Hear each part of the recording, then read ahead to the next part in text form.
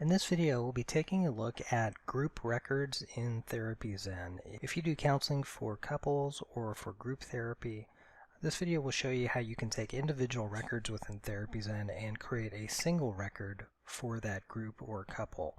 Once we go ahead and create the group, we'll take a look at the actual group record, and we'll learn about the things you can do with a group record, how you can schedule an appointment for a group or a couple, and finally how you can handle invoicing for a group and the different options you have available to you in how you want to invoice a group of people or a couple. So I'm currently logged into Therapyzen. I'm in the groups area of the application, and there's one thing that's important to know before I create a group is anybody you want to add to a group has to be in the system already as an individual. So in my case, I've got over here I've got Morris and Gloria. They're going to be part of this group. So let's go ahead and create that group. I'll just come over here and click New Couple/Group. And the first thing I need to do is I need to give this group a name. So I'm going to give a name that's reflective of the people that are in this group.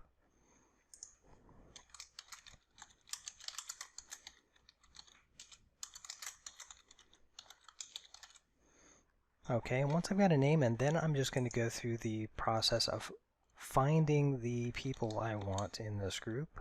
So here is Morris and Gloria. And like I said, these are people that are already in the system. So I've got those two people selected. I'm going to go ahead and click Save. Okay, and my group record has been created, so I can see my two group members here on the left side. And as you look at this profile, you'll notice it's very similar to an actual individual profile in Therapyzen as well. You've got your client information over here on the left, and then on the right you have your profile tabs. In this case we have office notes, therapy notes, treatment plans, and the ledger. So let's just take a moment here to look at some of the different things we can do on a group record and how those affect their individual records as well. So as I come up here to the top left of the profile, there's a couple buttons I have available to me. This is the Add Group Member button. If I click that, I can actually add additional members to this group, so there is no limit. You can have as many members in a group as you like, so if you do workshops or where you might have multiple people, you can go ahead and add as many as you like to a group. Okay, and then there's another button here, this Email Group Members. If I click that, that simply opens up my email application and lets me send an email to everybody in the group at once. And then finally, this third button is just a little convenience here. It's the Expand Collapse. So if you did have 6 or 7 people in this group, this just lets you condense the information so you can see everybody's name all at once. And if you decided you want to go ahead and see all their information, you could just expand each of their little ID card. And then finally, the last option here, just like you have in an individual profile, you can make this record active or inactive. So a little further down the profile panel here, we like to call this, you've got the Upcoming Appointments widget that shows any upcoming appointments for this group.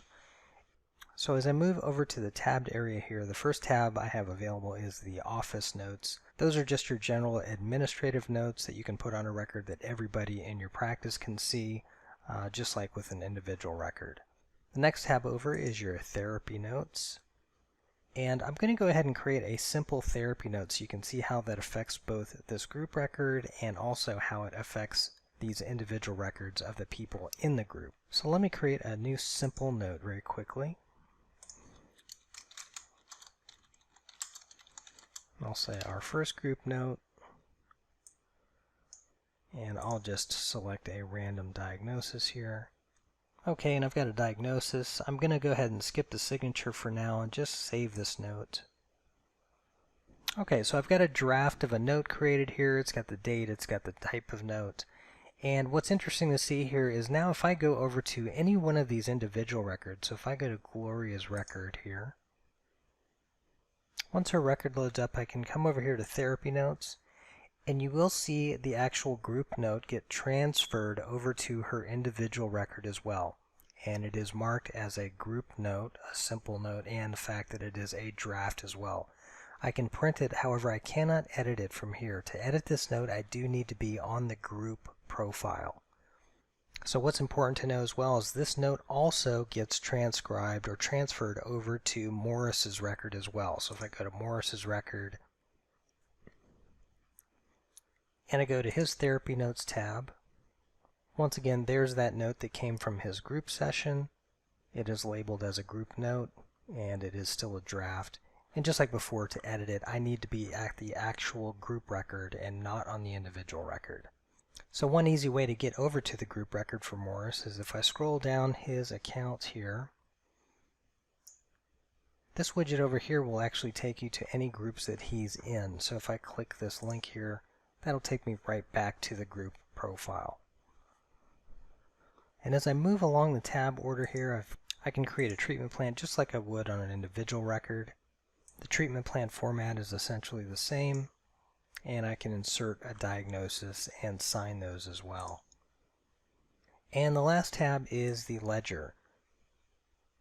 The ledger is where you'll see all of your invoices that get created. You can make payments here, print paid invoices, view your write-offs, see non-invoice services, just like you would on an individual profile as well.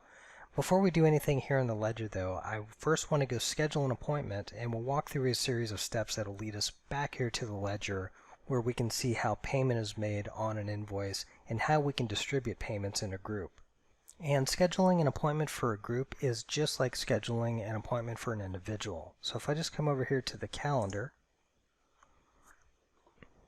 so let's say I want to schedule an appointment for the 1st of the month, which is a Thursday. I'll find my name here in our group practice calendar and find myself an available slot. I'll get them in right here at 2 o'clock, so I'll create a new appointment. And the same drop down I would use to select an individual client, I would just use that to select a group. So I'll just start typing their names and see what I get here. So I typed in Gloria, and I see both her individual record and the group record. So I'll go ahead and select the group record.